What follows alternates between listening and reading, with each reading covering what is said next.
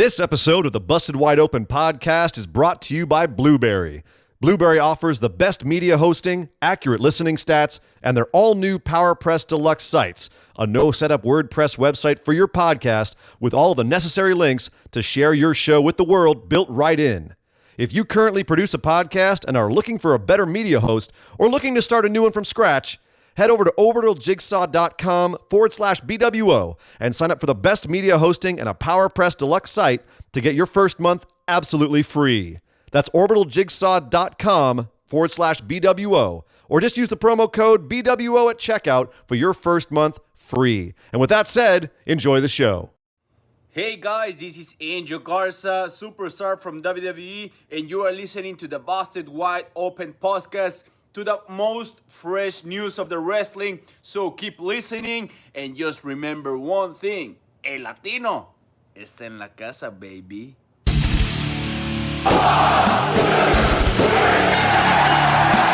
You're listening to the Busted Wide Open podcast, dropping the elbow on the hottest topics in sports entertainment and the world of professional wrestling, with your hosts Nick Howell and Sir Ian Dangerous. Coming to you from the Orbital Jigsaw Network Arena in sunny Southern California.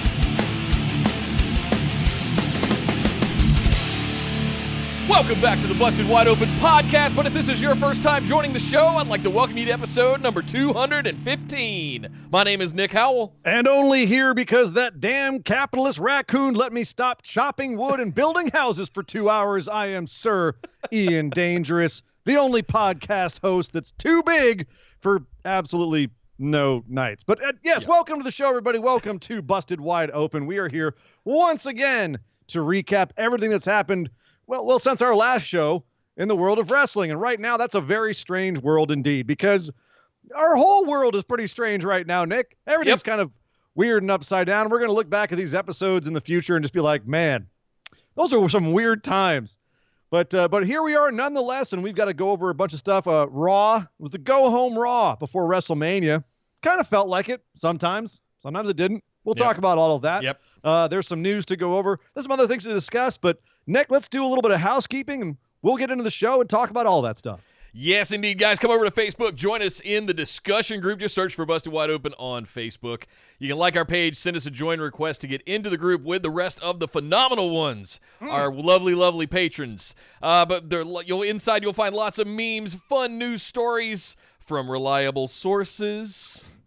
You will also find lots of great conversations happening in a very positive, inclusive kind of community that we are very proud of. And thank you to all of our listeners and fans that are part of that group for keeping it that way. And hat tip to the Sheriff, for keeping things in order in there. You can also follow us over on Instagram and Twitter at BWO Podcast. We stream live right here on YouTube at youtube.com/bustedwideopen every Tuesday night at 8 p.m. Eastern, 5 Pacific, and every Saturday at 3 p.m. Eastern, noon Pacific, where we also do our patron mailbag show on Saturdays right after the main show. But to get your questions in for that, you have to be a patron. So head over to patreon.com/BWO. It is the best way to support the show. You get access to some exclusive goodies in exchange for some of your hard-earned dollars every single month. Access to show notes, the ability to ask listener questions for that patron mailbag episode, bonus episodes such as the new and improved Nick booking that is coming up, because I had to rewrite that because it was, funny enough, it turned out to be like too possible. And not revolting enough to Sir Ian Dangerous, so I had to do some rewrites. I had to shuffle things around a little bit and take it to like level 7. We didn't quite go to 11. We got like to 7. So why not go to level 42?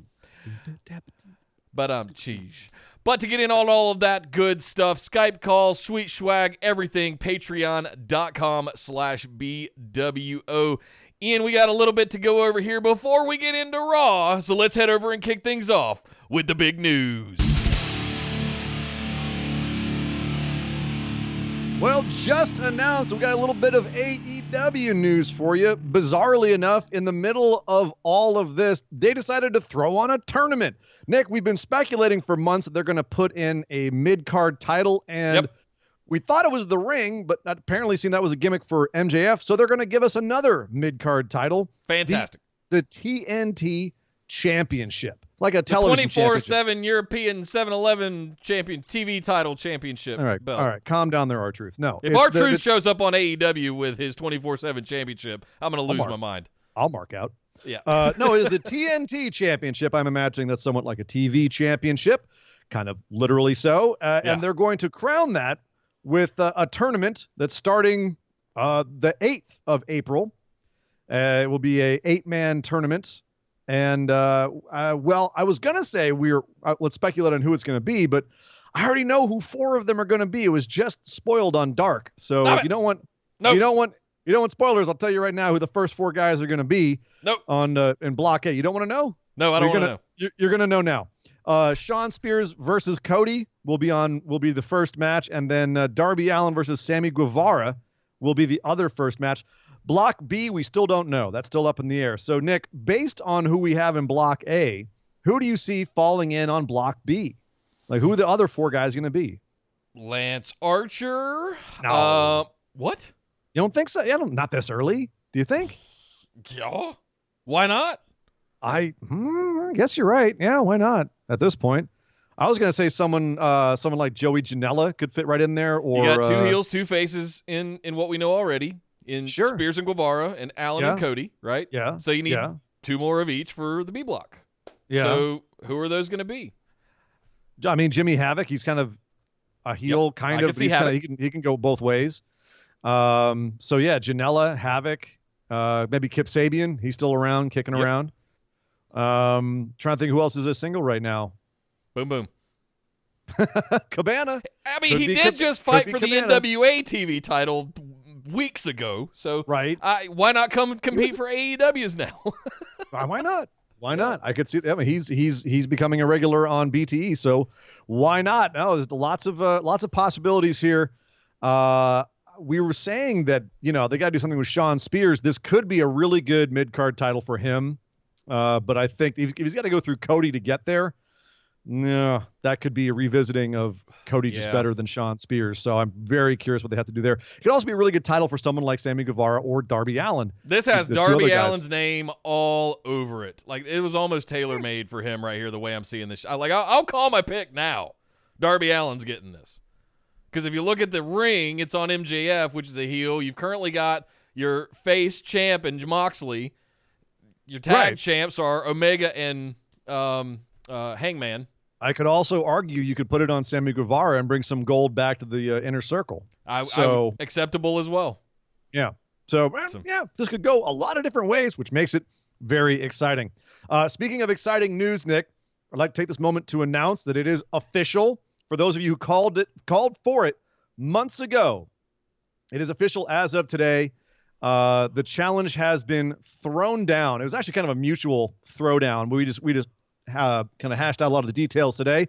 We will be going head to head with the Going in Raw podcast in WrestleMania Pick'ems this weekend. That's right. If you're a fan of the very excellent Going in Raw podcast and all of their accompanying shows, then you know about Steve and Larson. They have accepted the challenge, and we've accepted their challenge to once again go head to head in direct competition. Yeah? Well, I challenge you. Yeah? Well, I challenge you. Pretty much how it went. That's okay. Yeah, I'll just play it that way. So it's going to happen. We are apparently playing, not this time for promos. Last time it was for who got to do a promo on the other person's show, the other guy's shows. This time, Nick, the losing podcast. Both podcasts will have to manufacture and create, and I have where we get to go for this. But the winning podcast will manufacture a temporary tattoo that the losing podcast will have to wear on their neck for as many shows as it takes for it to wear off. Oh boy. What if you have things like a job? Where I'm on camera all day, every day. Well, don't lose. No kidding. Finally, a chance to redeem myself. Yeah, and show that it wasn't a one-time fluke. Yes, it's finally arrived. Yes. My moment to shine. Nick, come on, buddy. Come on. Go 2 for 2. Lars Make and me Steven, proud. I'm coming for you. Oh boy. I'm coming. Yeah, they're gonna go 1-on-1 with the two of us. All right, Right. so that's the challenge has been accepted and thrown down, and all of the rest. Steven Larson, best of luck. You're gonna need it from us here at the Busted Wide Open podcast. All of our phenomenal ones are coming for you. But Nick, that is the big news. Let's head over and talk about Monday Night Raw.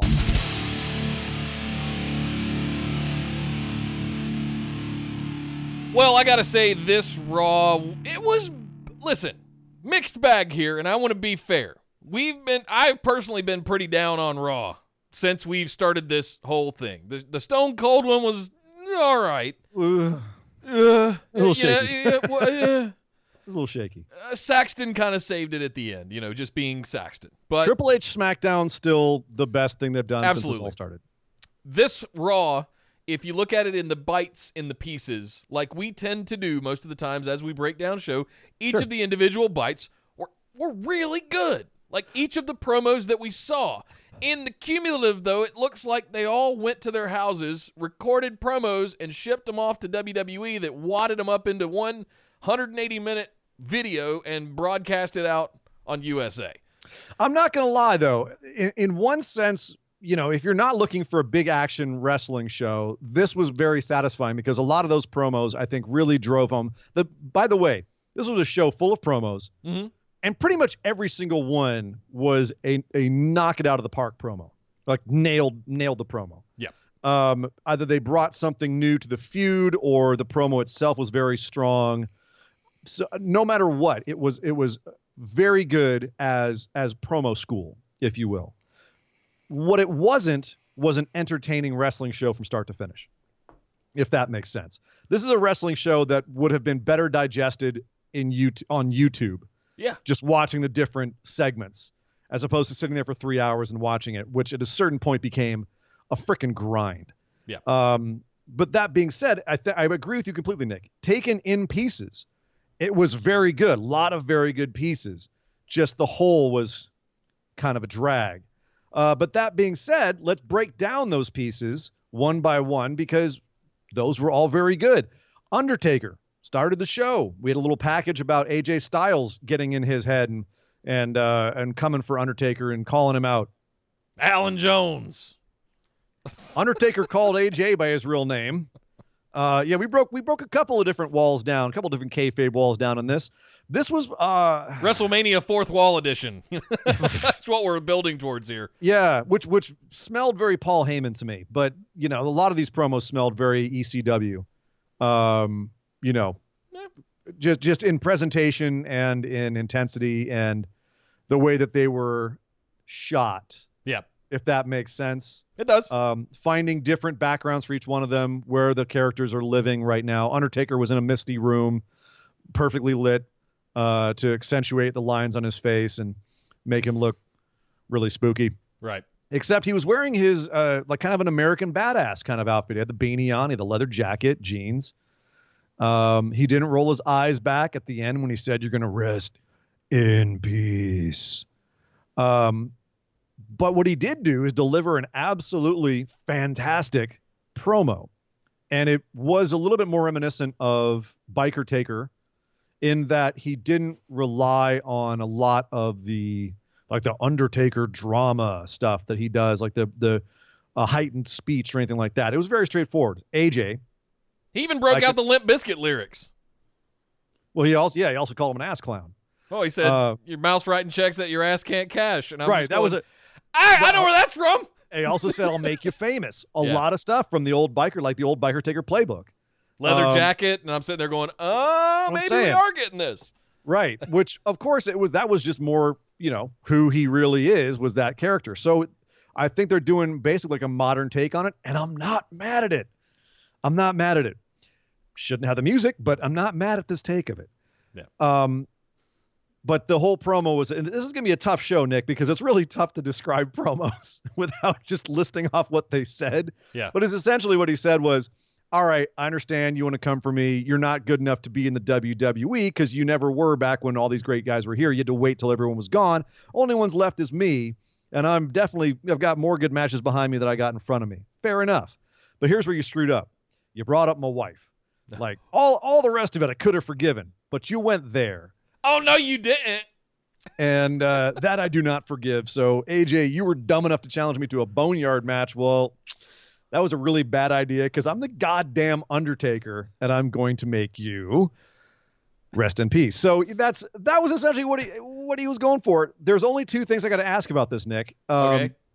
At one point he said, you bring your little lap dogs, meaning the Good Brothers, and it's fine because you'll be facing the Unholy Trinity. What was that? I don't know. What does he mean by the Unholy Trinity? Is that just is that a turn of phrase to mean that he's bringing the evil Father, the evil Son, and the evil Holy Ghost? Or is there a literal posse that he's bringing to this boneyard match? And if so, who? I mean, him and Kane.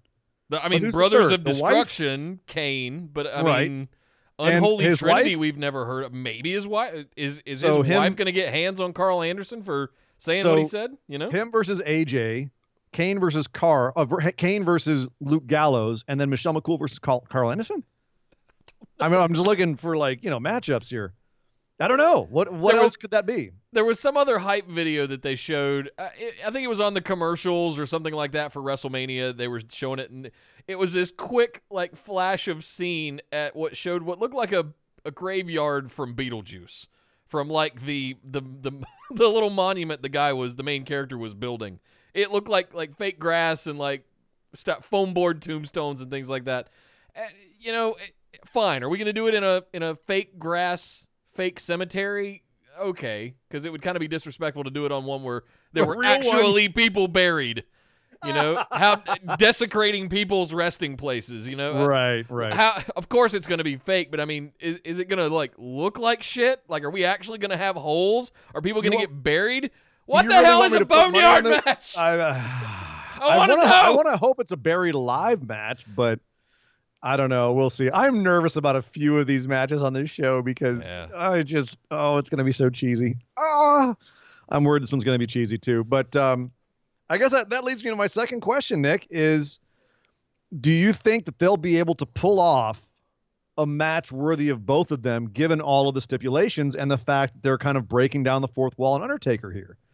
Is that the best idea when you actually have the best possible scenario? I mean, I'm going to stop myself because I was going to say the best scenario to have Undertaker be a supernatural force, but you already have a supernatural force match with the Bray Wyatt John Cena match, which is going to be very they're trying to differentiate the two, I guess. So maybe it's a good thing to have Taker be more realistic. I'm kind of thinking on my feet on this one, but I'm saying do you think that we'll be able to get a good match out of this? Or is it just hard to tell because we don't know what the hell a boneyard match is? If there's anybody on the WWE roster to put Taker with to have a good match, it's AJ freaking Styles.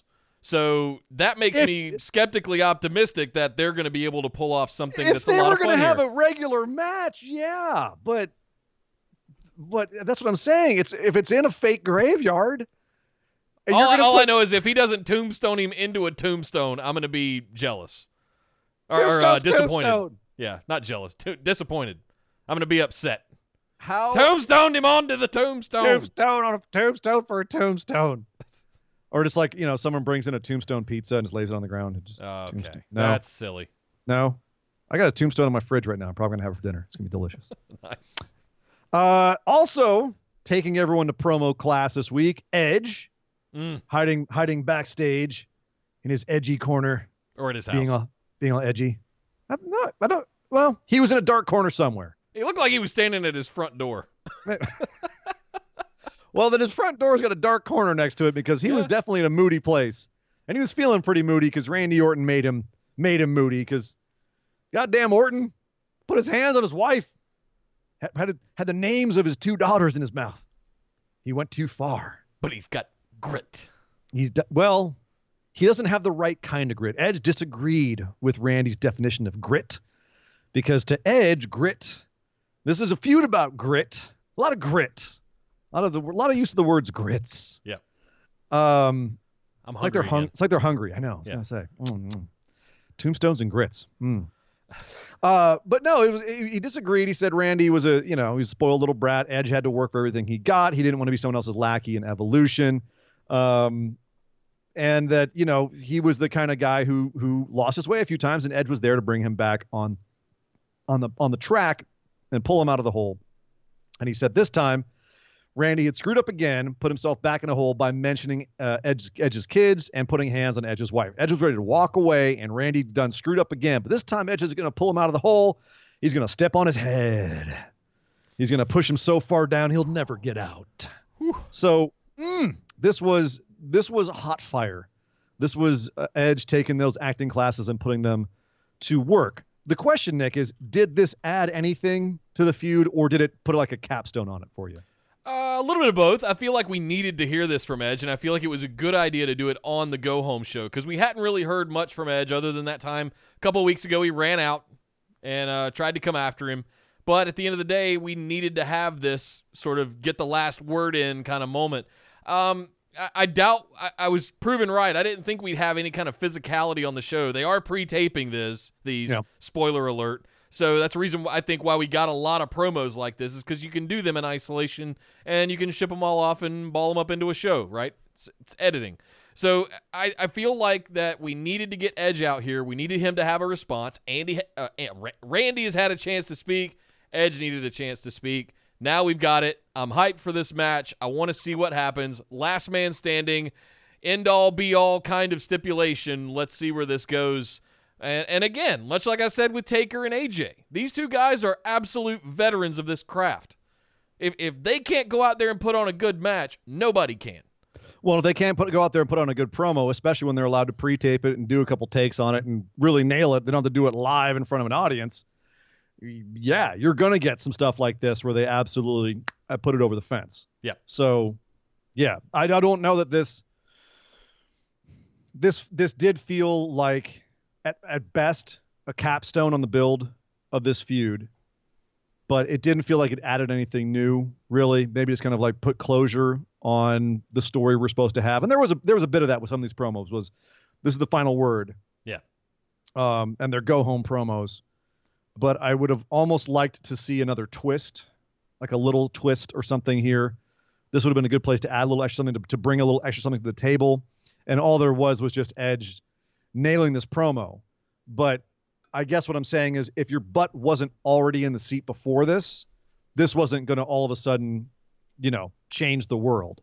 I don't know. This was I just like really Edge's good. fire and intensity, and Randy seems to be a little bit less of that and just more cold, calculated killer. Edge has that intensity in him.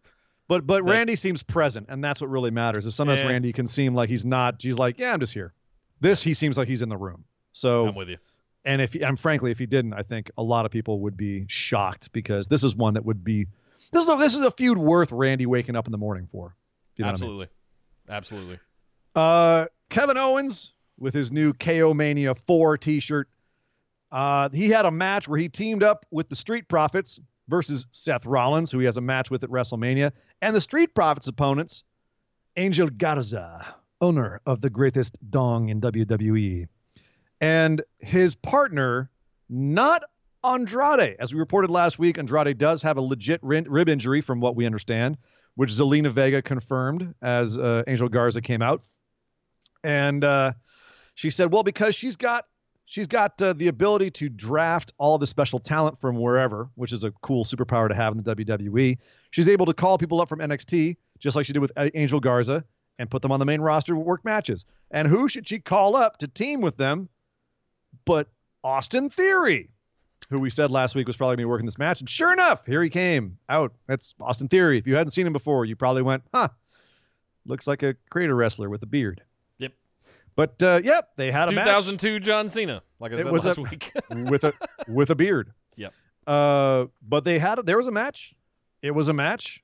It was as good of a match as you're going to get without a crowd, really. Everyone got their stuff in. It was basically the story was Kevin wanted to get tagged in. When he finally did, Seth wasn't in the ring. He wanted Seth the entire match. He couldn't get his hands on him.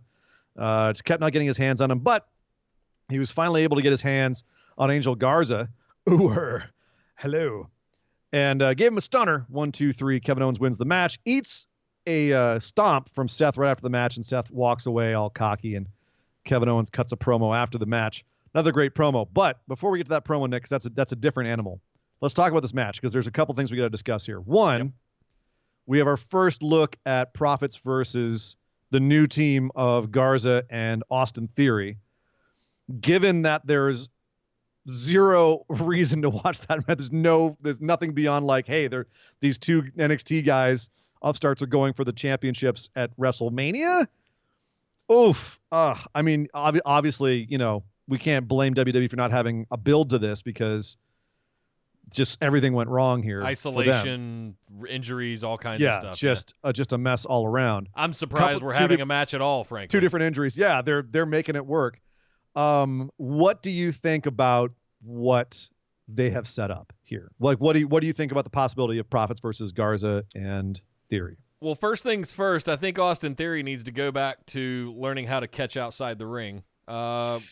That was one of the things I was going to bring up, is that Austin Theory left. I noticed a few things that happened there in that whole transition. It all got caught on camera. Yes. You might have seen slow motion. you might have seen Seth Rollins sneak around to the bottom side of the ring. He went to grab Montez and trip him to keep him from doing the tope out to Theory. It looks like that wasn't the case. And it makes me wonder, was it the plan for him to trip him and for Ford to fall on his face, or was he supposed to actually go continue and do the tope, and maybe Austin Theory didn't know that? I'm sitting here going like, what? Either way, basically what it you looked can like see a guy running at you and stomping across the ring. Get your over-physical, overworked out ass up off the ground and catch the dude. He weighs like 92 pounds. Take something off of him. He just let him fall right on his back on the floor. Montez Ford basically did a tope over the top and just splat. It scared the shit out of me.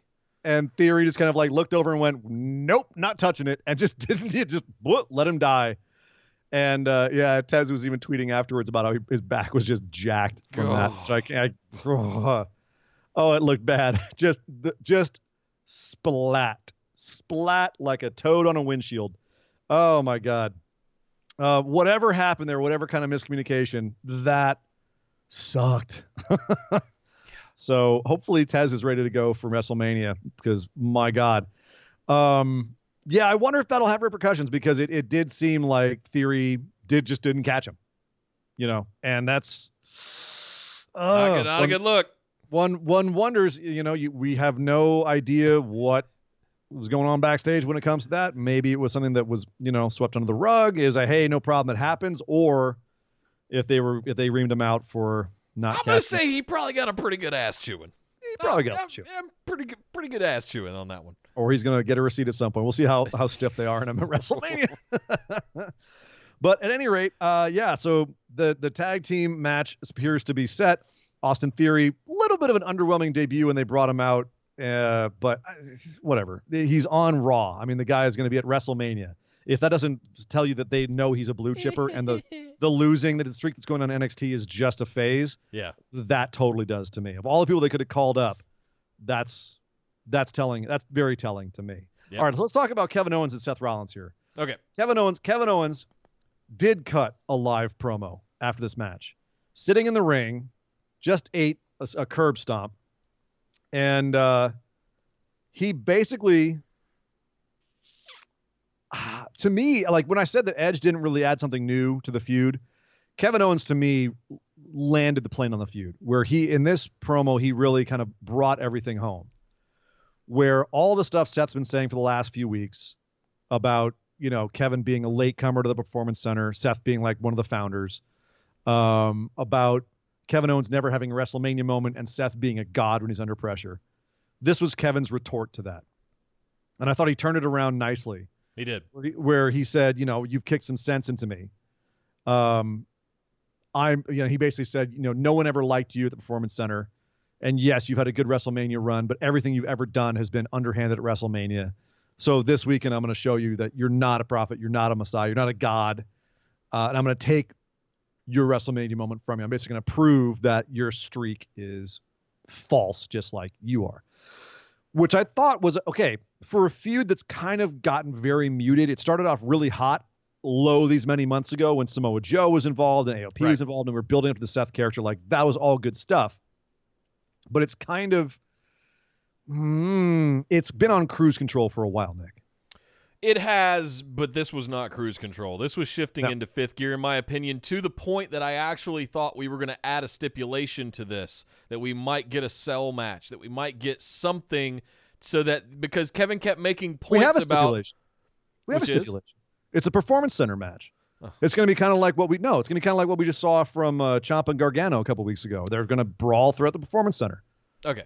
That's not what I meant, but... Oh. We need it. The things that Kevin was saying is that there's always help around for you. And frankly, I did too. I had the Viking Raiders and I had Samoa Joe and all this other stuff, right?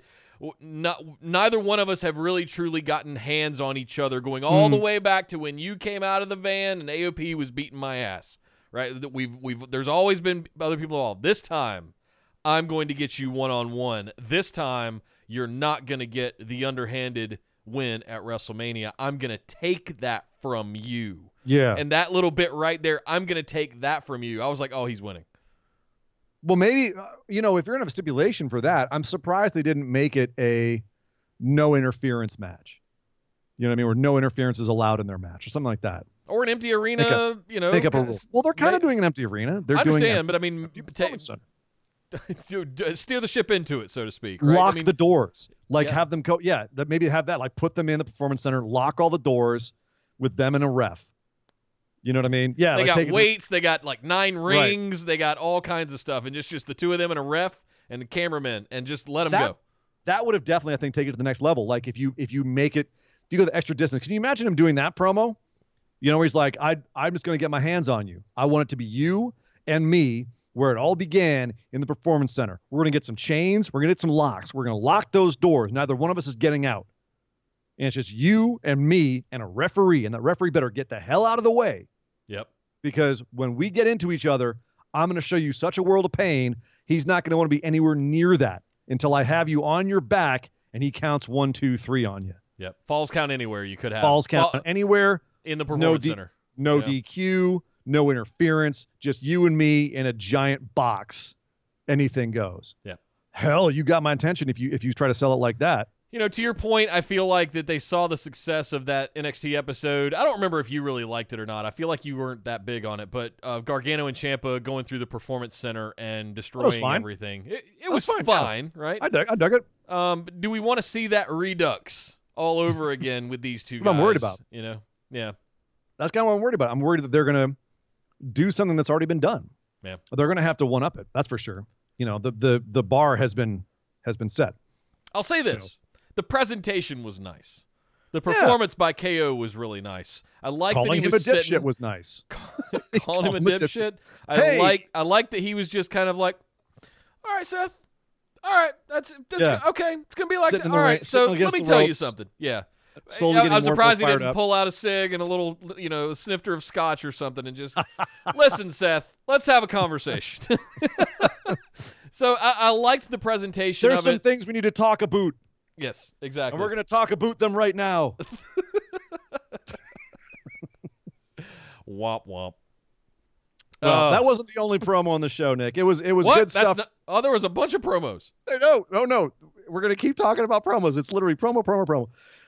Becky Lynch cut a promo on Shayna Baszler. And again, this time it wasn't just a promo. They did a good job, I thought, of changing up how everything was done. You know what I mean? Undertaker in a dark, misty room. Kevin Owens in a room, in the ring after losing a match. Edge in a corner next to his front door. Right. In a dark corner near his front door. Sure. And they had Becky Lynch in front of the Titantron. Drives in her Becky mobile. Her semi-Becky. Her semi-Lynch. I don't know what to call it. And that Becky mobile. The Becky mobile. Stands in front of the Titantron, or whatever you're calling it, the Performance Center, and says, that's right, I'm still the champ, and I've been the champ ever since I beat Ronda and Charlotte last year at WrestleMania. Let's take a look. And I thought she was just going to show us like a recap package, but no, it was the entire match. entire triple threat from last year. Charlotte and Ronda Rousey and their match. And she comes back from it and she says, well, I've never seen that match since it happened. Huh, how about that? You know, Shayna, the funny thing is you think that taking my title from me will destroy me. And it probably will. It'll really suck. But here's the thing. If you lose, what does that make you? Because you tried all this time to get out of Ronda Rousey's shadow. And if you can't beat me, you stay right where you are as being good, but just not as good.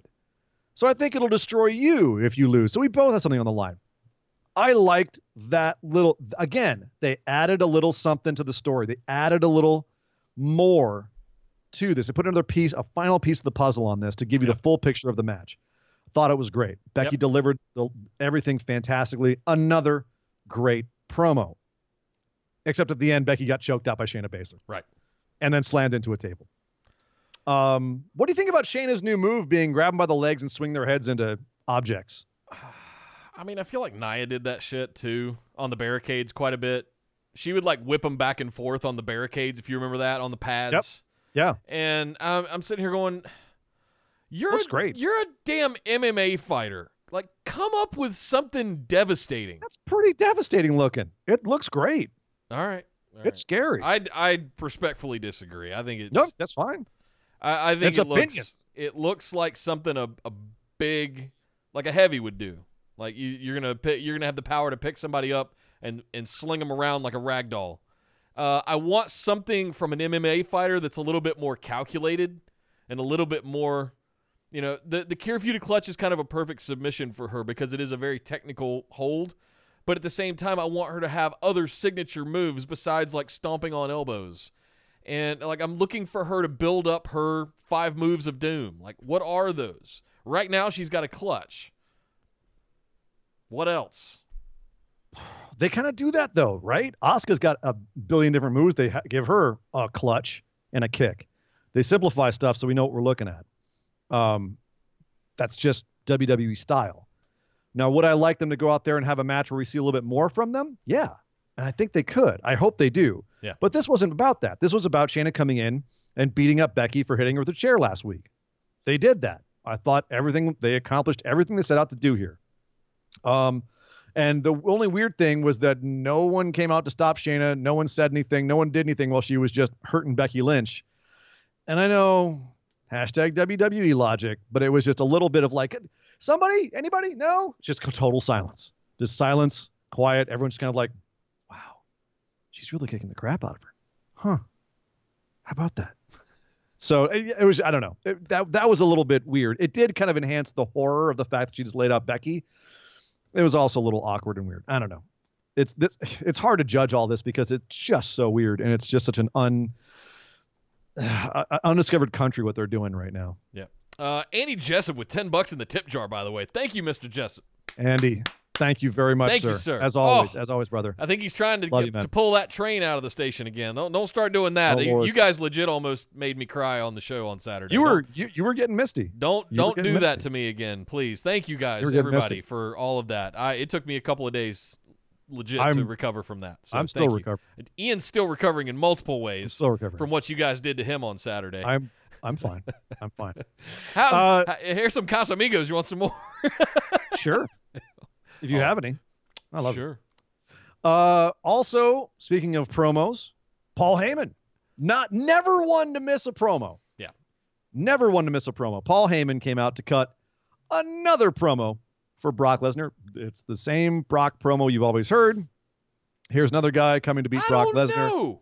He thinks he's special. He's not special. Brock's beating everybody. But he didn't say anything about a spoiler this time. I'll give him that. I liked this one. The fourth wall edition of WrestleMania continues because he ran down a list of Brock's opponents over the years, from John Cena to Randy Couture to everybody that he's fought everywhere. And Hulk Hogan. Hulk Hogan's blood was across his chest like an ancient gladiator. It's as a way to close the show on a go-home show of Raw. Heyman landed the effing plane. Like, I agree. This is the thing that I was waiting for. I wanted the button on this feud. I was looking for something that would and the whole thing about Brock's bitch that I started to just roll my eyes at last week or a couple weeks ago as we started doing this thing.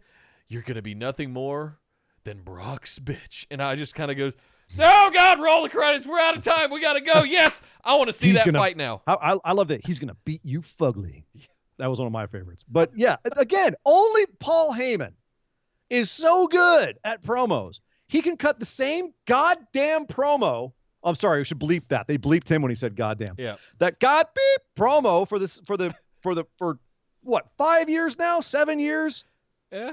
10, 20, however long he's been cutting these Brock promos. It's been about 5 years. Ever since he beat Taker, it's been the same promo.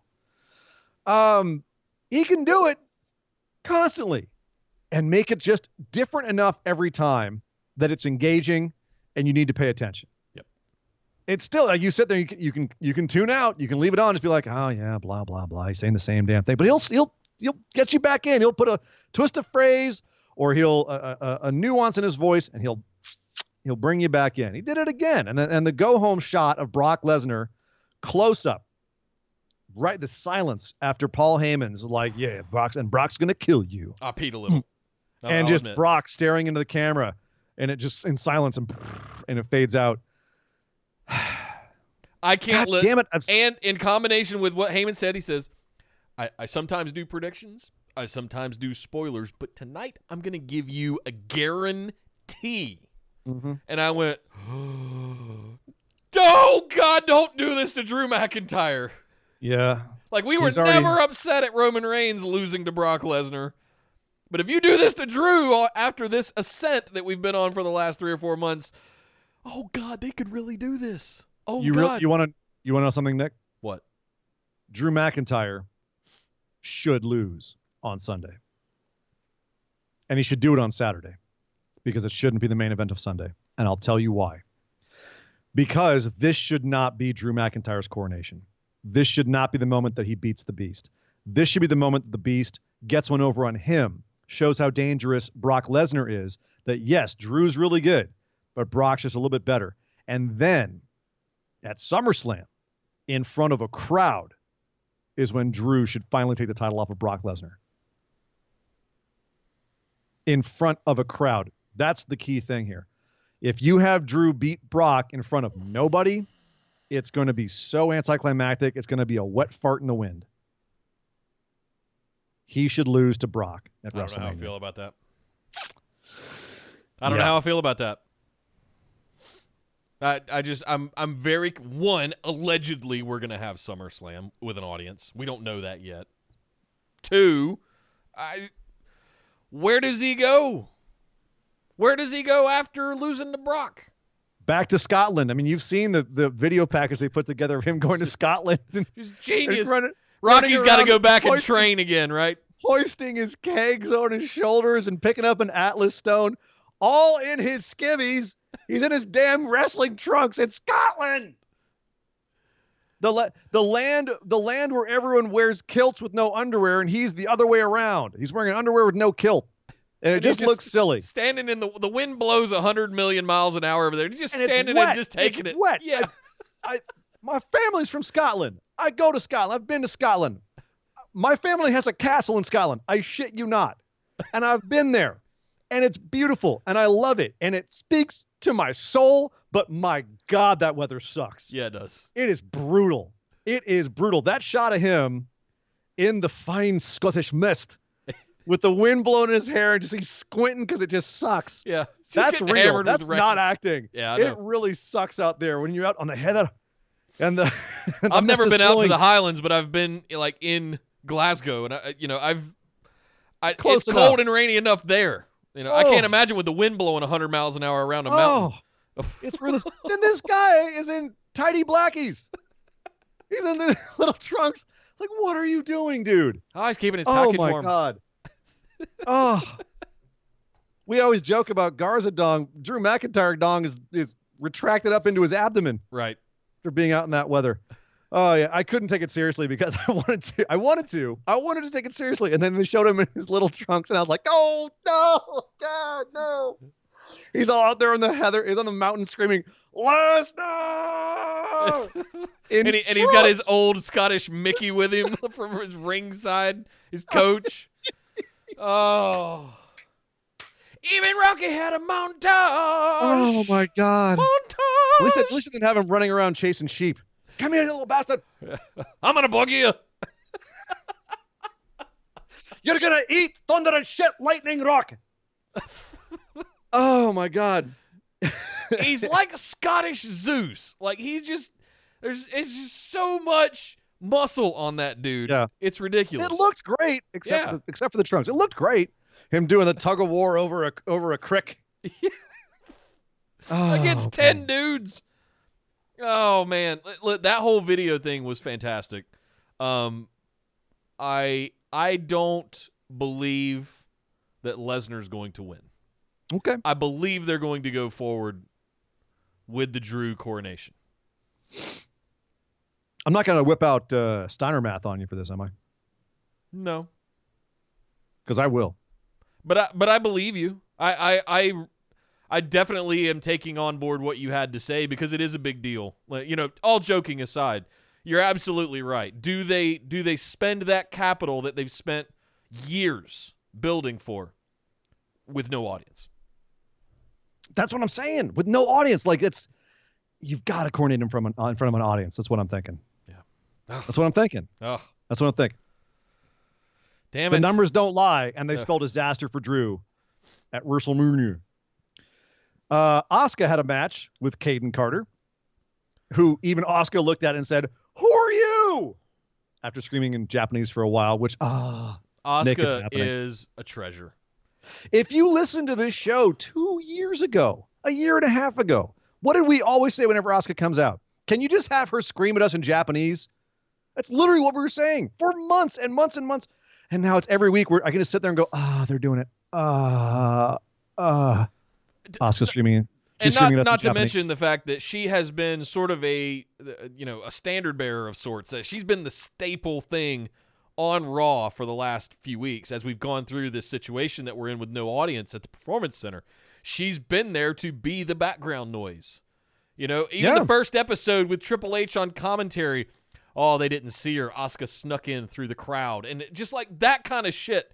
I love it. And then have her screaming on commentary. Somebody said in the chat last night when we were watching Raw, all of us on Discord, and they said, man, should Saxton and Phillips be sitting that close to each other? # social distancing. Social distancing. And I'm like, do you not see that crazy Asian chick screaming right next to him?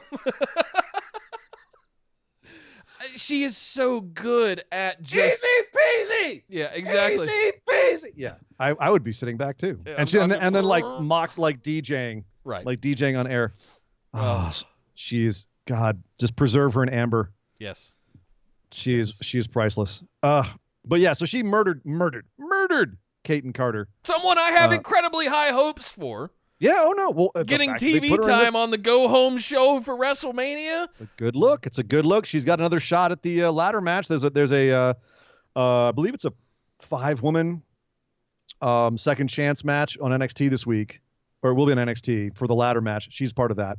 So fingers crossed for her. But yeah, Asuka just murdered her. But the problem is okay, it's great squash match. You just had Asuka lose clean to Alexa Bliss last week. Why are you having champs lose before the match? It makes me insane. Like, unless they have Asuka and Kairi Sane. And Kairi Sane, by the way, wasn't here because she just got married and she's in Japan and she is cleared, but they're trying to hold off on her traveling right now. A little hard to get in and out of international flights right now. Yeah. But she will be there at WrestleMania. But Confirmed, dear God. Really? You got that down? Confirmed? That's what well, she had to shoot the damn match. Oh, that's a good point. Good point. But then again, there's a lot of misinformation coming out, so who freaking knows? Yeah, I don't understand this build for this match at all. It's all over the place. But I don't know. I'm rooting for Asuka. I know that she's probably going to drop her belts, which may be the best thing for her, but at the same time. Especially if Kairi's not going to be around for a while. You know, I'm not going to say that they shouldn't have taken away Kairi Sane's pirate gimmick before doing a pirate-themed WrestleMania. I'm not saying that God or Yahweh or whatever giant greater spirit you believe in did something to scupper all this because Kairi Sane should have been the Pirate Princess going into a Pirate WrestleMania. I'm not saying that, but I'm just saying. I'm just saying. You got to do that. You got to be like that. Then if Kairi can't be a pirate at a Pirate WrestleMania, then no one gets a Pirate WrestleMania. How's that? What do you think?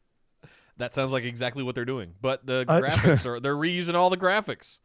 So can't your people make new graphics that aren't the Tampa Pirate graphics in like 5 minutes? Like, come on, guys. I wonder how much before we that get was out like of a here, shot. they're still advertising Roman Goldberg. Okay, so I've got that later on the notes. So pause. Hold on that. Sorry, I jumped ahead. That's I had to okay. get that out because that. I know. Well, it's coming. It's coming, baby. Don't worry. Oh. That's coming. Hold on. We got to talk about how Charlotte kicked Rhea into a door outside and everyone clustered around both of them. And I was just sitting there going, do none of you care about social distancing? I got to sit in my house and I can't leave and I can't work. But you guys are fine just hugging on each other and spitting on each other's faces in a parking lot? That's fine. Okay. You had Aleister Black murder Jason Cade, basically just a jobber squash. Aleister looked great. They still can't get the damn entrance right, even in a closed environment. They can't. They go call NXT and tell them have them tell you how it's done. Aleister Black looked great.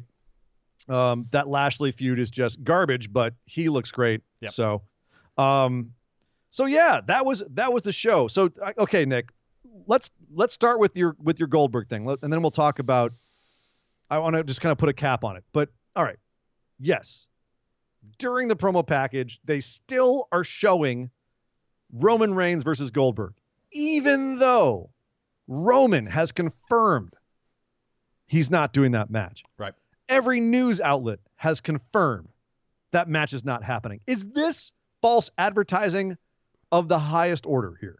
Or what is the rationale for this? What's going on? You mean like saying Undertaker and Stone Cold are going to be on an episode of SmackDown and then them not showing up? Sure. They've Why never not? done that before. Why couldn't they? And they didn't do a single bit of build for Strowman and Goldberg. Not a single bit. Strowman is a Raw guy. You had 3 hours. No Strowman. No build. No nothing. Why? What? How are they going to make this work? How are they going to make this match at all meaningful? If that's even the plan, which of course, maybe I'm silly for even saying that. How are they going to make that watchable if they don't have, you have the opportunity to have a build for it here on this show. Didn't do it. Yeah. What was, I don't get it. I don't know. That's one of the most, that's probably the most bizarre thing. There was so much they could have done. Yeah. Speaking of the Braun Strowman and Goldberg match, I just actually, in the middle of the show, Larson just texted me to say we are going to be including an extra bonus point for who walks out of WrestleMania as the 24/7 champ, and the tiebreaker will actually be the length bell to bell of the Goldberg and Strowman match. So, allegedly, yeah. Yeah. No, there'll be the match, but that's our tiebreaker. Gotcha. Okay. So prepare your loins, Nick. It's happening. It's going down. So now I'm starting to think: are they doing the same thing? Are they just going to have Goldberg retain until? I mean, do they watch too much mainstream media and think this is all going to blow over by next week? And then we're just going to have our matches at SummerSlam in 2 months. It's Vince, man. It's Vince, and he doesn't want. He wants as little disruption as possible. He wants to get back to having crowds as soon as possible. The only reason the WrestleMania is not actually happening is because pretty much he was forced by the government not to have it. The second that they are allowed to do anything, we're back to having full shows. It's not going to be like New Japan where they're taking their damn time. WWE's like, we're cool, let's do this. Drew's frozen testicles just tipped $10. What? Oh, Lord. I guess it's Esme. Okay. It's Esme, but y'all got me thinking of Drew's poor testicles, she says. All right. Aww. Hi, Esme. Thank you, Esme, very much. Thank you, sweetie. Thank you, Drew's Esme. frozen testes, Yes. Oh, all right. I don't know that we've ever spoken of testicles in 3 years of doing this show, but we have now. Rub your hands together and cup vigorously. That's. So yes, Nick, that was Raw. That was.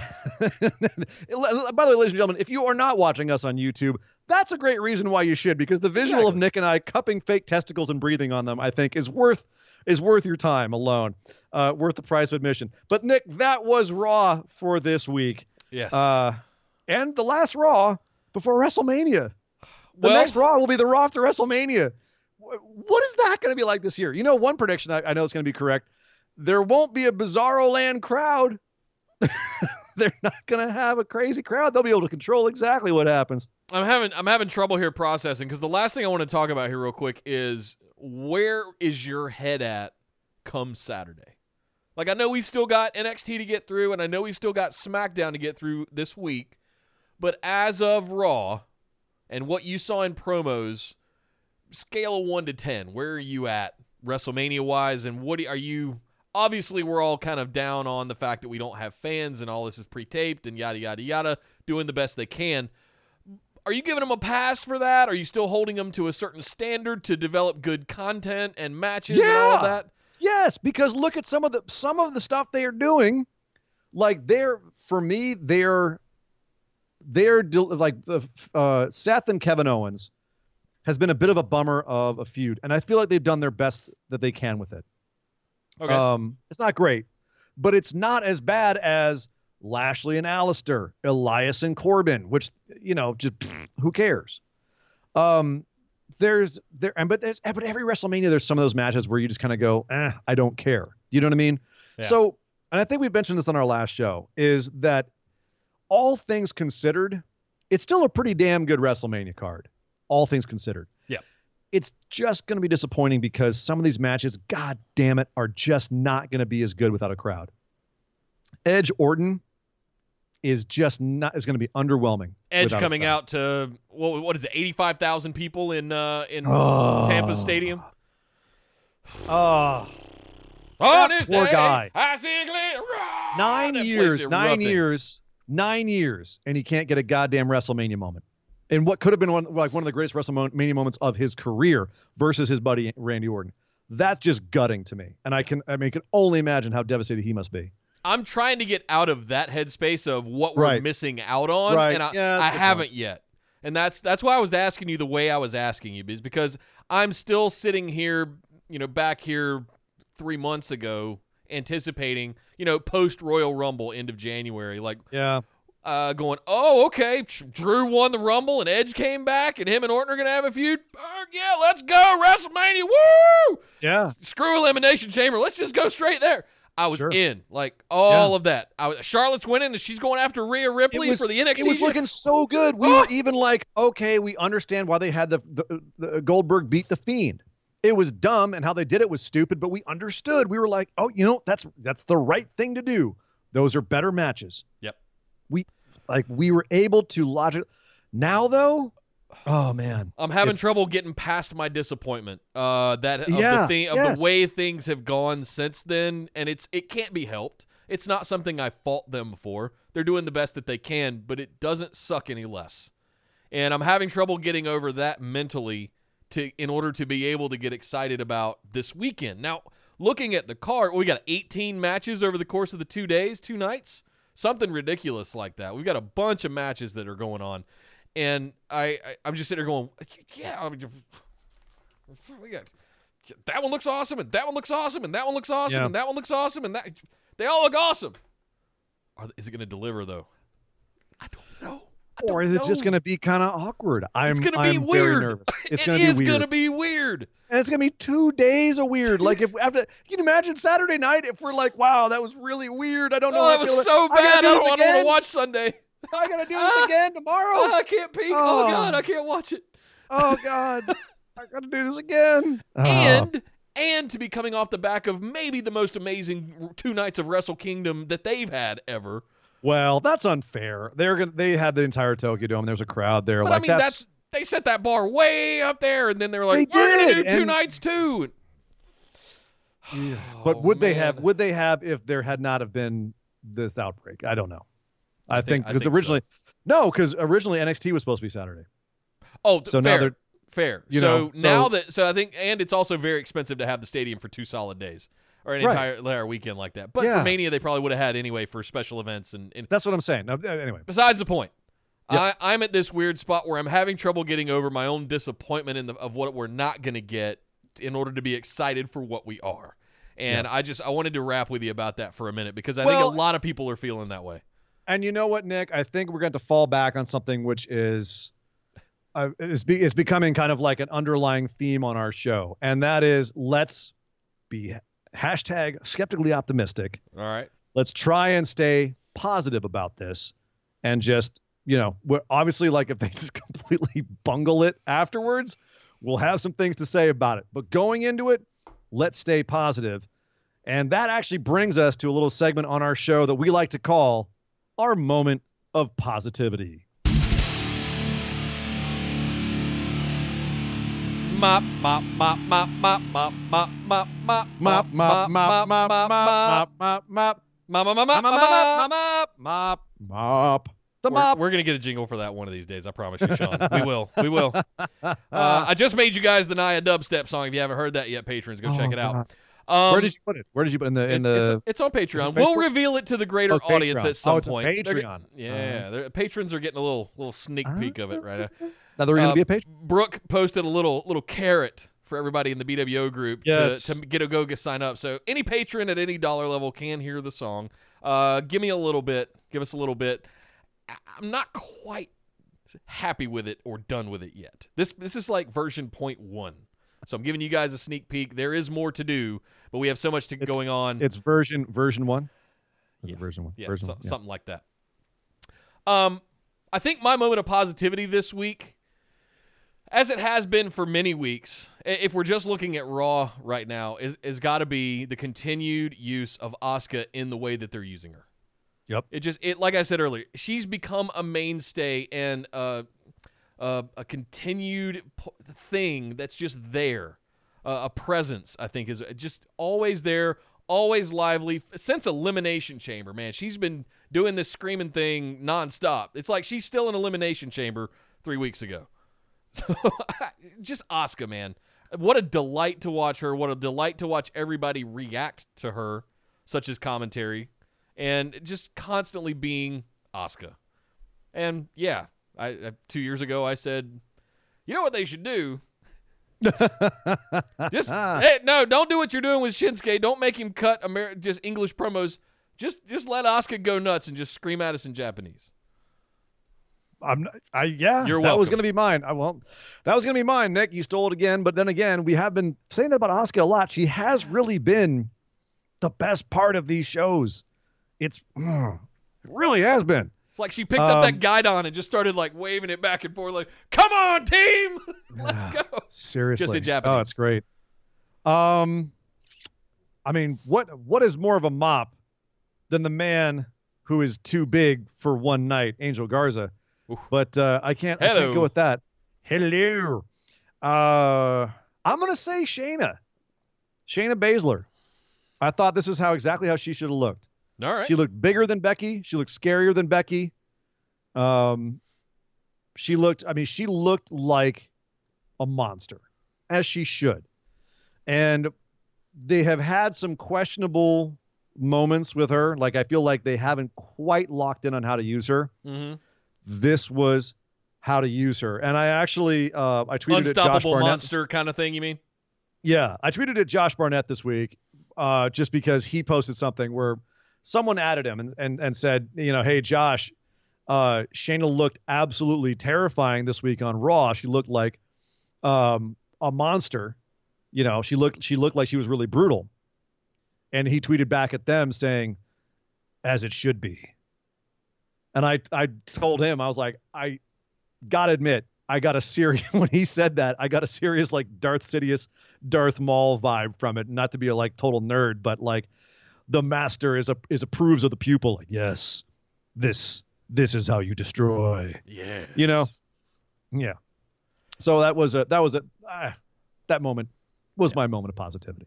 Well, thank you, Sir Ian Dangerous. The last thing I want to cover here, now that we're past Raw, I've had several people, new patrons, ask about how we're going to handle the pick'ems this weekend. And just to give you a general overview, for those of you that have not participated in it before, where the sheets will probably come out sometime after Friday, after we get through SmackDown and we see what sort of the final card is shaping up as. And that gives you... They'll come out right after SmackDown because I ain't got to go to work that night. So well, there we go. I want to watch SmackDown and take whatever they give me that night, put them out. They may get edited Saturday because WWE is changing this damn stuff to the last minute, even though they've already recorded the show. I'm fine, Nick. It's okay. They still can't give us the damn card. You got to give them a pass. It's just too big for one night. No, this is... Oh, okay. All right. Anyway, back to what I was saying. If you want to get in, patreon.com/BWO, you got to be in at least the $5 tier, but go ahead and get in there now so you can be ready for the pick'ems this weekend. Go ahead and start doing it. The way that works, for those that haven't done it before, we do what's called a confidence bet system. So let's say there's 10 matches, you'll get numbers 1 through 9, and you got to put a bet on, and you only get to use each number once. You got to put each number on there. We'll go over all of that stuff with you guys in the group, but let me know if you guys have any other questions. Patrons, make sure you all participate. There's prizes. There for the grand prize winner gets, and we've got several people that can attest to it, get T-shirts, stickers, mugs, all kinds of, they get a swag pack. But that's not all. Whoever comes in dead last, gets a booby prize. Yes, we're not going to tell you what the booby prize is because that would be spoiling it. But it's a good one. We got a good one this time. It's not going to be a beer box. No. I think Trey got that one. Sorry, Trey. That one was lazy. We're going to do better. That wasn't lazy. That was brilliant. Yeah. That was a BWO approved used beer box. Miller Lite, son. Yeah. Woo! Yeah. Signed, everything. There's no socks. It wasn't even like expensive beer. We had a used dog toy. We've had a few good booby prizes, but this was a good one too. There's all kinds of reasons to join up and become a Patreon and join us for our WrestleMania pick'ems. Not only the fact that, but getting promoted on by everyone else who's a patron on Facebook is fantastic as well. That's already begun. The calling out has already begun on Facebook, and I love it. Yes. It's beautiful. I want to see that all week, guys, because of the listen. You're amazing. The WrestleMania that we've got coming. We could use some promos on the auxiliary right now. So not that we didn't get an overload of promos last night, but I'm talking about from you guys. So let me see them promos. Post them up in the group. Go after your other patrons. Challenge Chris White, the current champion, who'll be defending his title one night this week, I guess.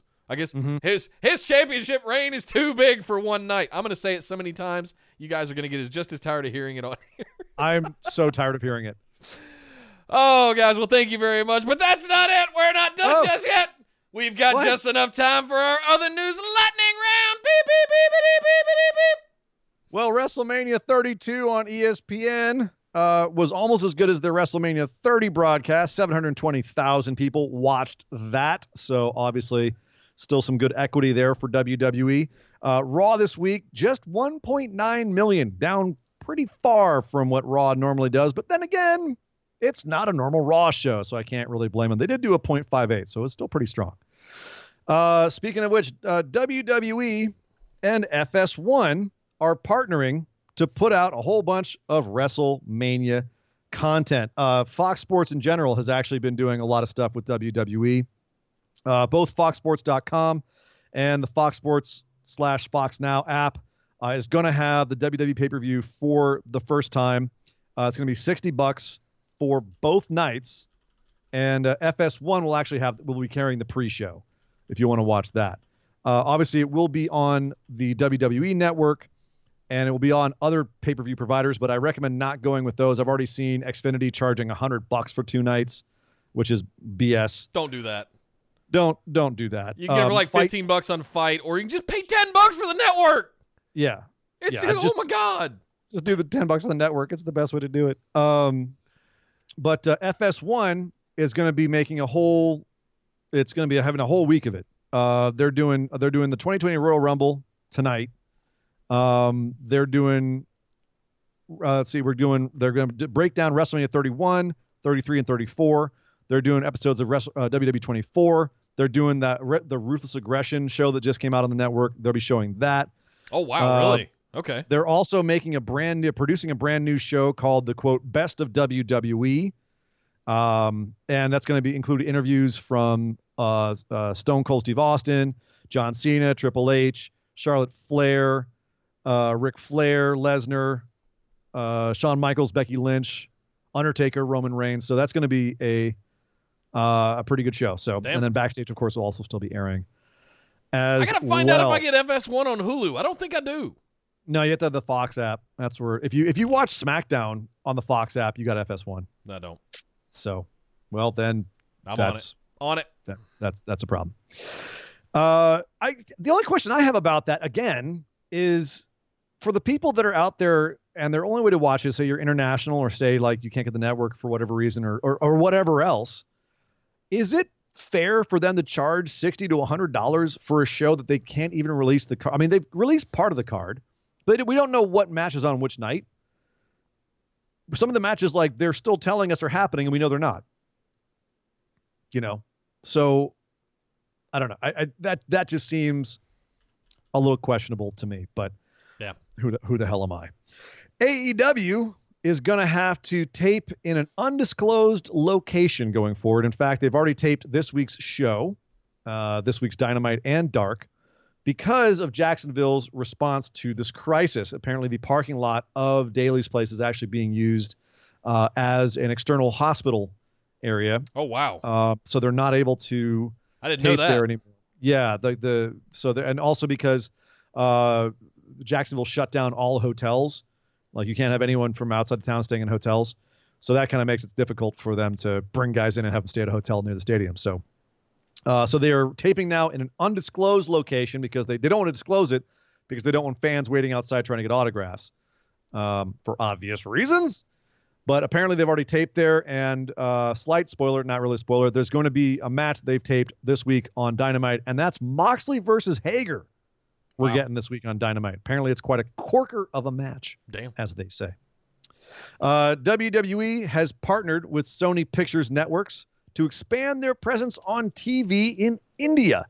They are right now the third most watched sports program in India, but now they are going to be expanding even further, showing all episodes of Raw, SmackDown, Main Event, etc., all across India. They've also said that they've committed to going over there and doing even more live shows and meet and greets, etc.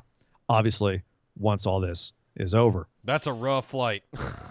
That is a rough flight and a rough tour, from what I understand, in general. They especially because they also usually package it with like other tours at the same time. So that's a rough circle right there. I've been once, and it took almost 2 complete days to travel there, and I was there for like 2 days, and I had to turn right back around and come back. Oof. I was jet lagged I was upside down for 2 weeks after that. I believe that's rough. I can't imagine going over there to do a live show and going right back to the airport and coming back. It would murder you. Going over to England, doing a show there. That's easy. Doing the whole circuit. Is brutal. Speaking of shows having troubles with this current crisis, New Japan has canceled more Road to Dontaku shows. Everything's been canceled all the way through April 18th at this point. Another week of shows that are done. They've already canceled Sakura Genesis and a few Road to Dontaku shows. They've just now canceled even more.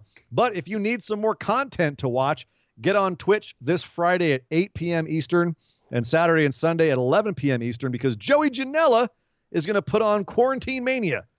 And he's just going to have a whole bunch of just random matches of his and other people's. He says he's going to have Lucha Libre. He's going to have death matches. He's going to have just bad wrestling, just good wrestling, all kinds of fun stuff. So if you want to watch just some good, random, perhaps obscure stuff you may not have seen, go watch Twitch this Friday at 8, Saturday, Sunday at 11 for Joey Janela's Quarantine Mania. Don't forget that he is also apparently buddies with Superhuman. So Superhuman might be making an appearance.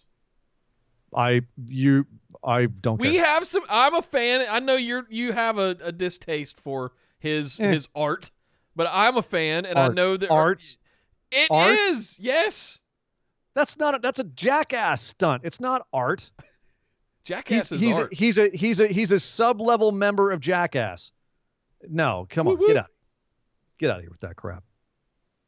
Superhuman. God. Seems like a nice guy, but come on. The 15 minutes. We're at 14:59 on his 15 minutes. We're done.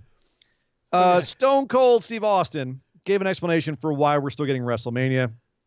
And he said it's because Vince believes the show must go on. He even, and this is a direct quote from Stone Cold Steve Austin, he said, even when Owen died, rest his soul, the show went on. And that pretty much sums it up, dude. That pretty much sums it up. Like, and it had to come from the mouth of the Stone Cold one for me to really kind of sit back and go, yeah, good point. This show was never in doubt of not happening. This man continued to show when a dude died. We're absolutely getting WrestleMania. So, yeah, for everyone who is saying like, oh, the WWE shouldn't be doing WrestleMania, that's really never been their MO. They kind of, yeah. I don't know why you expected anything different. And Nick, that is the news. Well, thank you, sir, Ian Dangerous. Last thing I'll throw in here. I know we're all stuck at home right now. If you're looking for some content to watch, there is the second episode of Dark Side of the Ring. We're not all stuck at home. There's some of our listeners and patrons and beautiful people that are interacting with this show who are working their asses off right now because the rest of us are at home. And I applaud them. So I'm sorry to interrupt, Nick, but I just wanted to say to everyone who still has to go to work and all this, dude, mad respect. Yeah. Especially everybody that's in healthcare out there. I know one of our listeners' wife is Lisa, I think her name was. Hi, Lisa. Thank you so much for your tips on Saturday. Hope you guys are staying safe. For those of us that are stuck at home and are under shelter-in-place restrictions statewide, there's some other content out there to consume.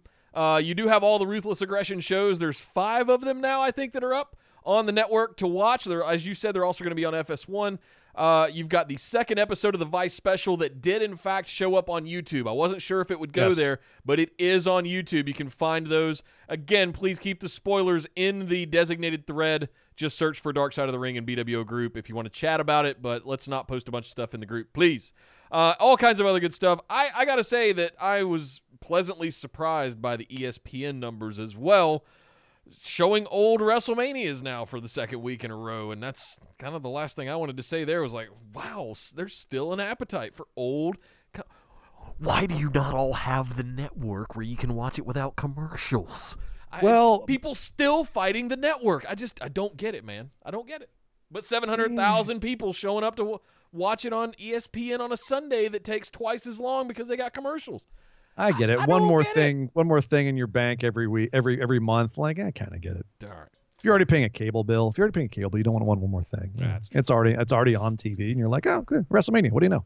Well, thank you very much for the news, sir, Ian Dangerous, and thank you, everybody, for hanging out with us and checking out this show right here on the YouTubes every Tuesday night at 8 p.m. Eastern and every Saturday at 3 p.m. Eastern. We may have to talk, sir, Ian Dangerous, about moving the show up just a skosh this weekend because, as I understand it, things are wanting to get started around 4 to 5 p.m. Eastern time. So we're looking at starting a little bit early. I think they've got a curfew of 11 p.m. in Orlando. So I don't know what that means, if it's all taped, if they have to be off the air by 11. Normally for WrestleMania, that's early as hell. So we'll have to see how this all goes, but we're going to talk about, we'll let you guys know what we end up doing for the show on Saturday. So stay tuned for that. Make sure you subscribe to the channel, got that little notification bell jingled there so that you know anytime we put up new content or go live. Come join us over in the Busted Wide Open discussion group on Facebook, bwopodcast.com for all the links, and you can find us wherever you listen to your podcast via your app of choice. What did I miss? Instagram and Twitter at BWO Podcast. And last but certainly not least, our patrons. I'll reiterate again. Patrons Pick'ems Challenge for WrestleMania is the biggest one of the year. It is the largest card. It doesn't get better. It's the most dynamic because of the sheer number of matches. It makes the picking of your bets that much more fun. It's and insane. It has higher stakes. So if you're tired of those smaller cards with like 8 matches, come on down to WrestleMania and do your pick'ems because there's going to be like 2,700 matches. I'm just kidding. But to get into the pick'ems and have your opportunity to challenge current pick'ems champion Chris White for his title, you have to be at least the $5 tier over at patreon.com/BWO. But hey, That's not the only reason. You also get copies of the show notes that you can read along to for every single episode. You get the ability to ask listener questions for our patron mailbag episode that we'll be doing we do every single Saturday. Bonus episodes at the $10 tier. Sweet swag. Skype calls with me and Sir Ian Dangerous. You name it. All of it over at patreon.com/BWO. But my name is Nick Howell. You can find me on Twitter at DataCenterDude. And I am Sir Ian Dangerous. You can find me on Twitter at Sir Ian Dangerous. But by God! Somebody stop the damn match! This show is part of the Orbital Jigsaw Network. For more episodes, subscribe to us on iTunes, Google Play, or Stitcher Radio. For details and show notes from each episode, check us out, orbitaljigsaw.com.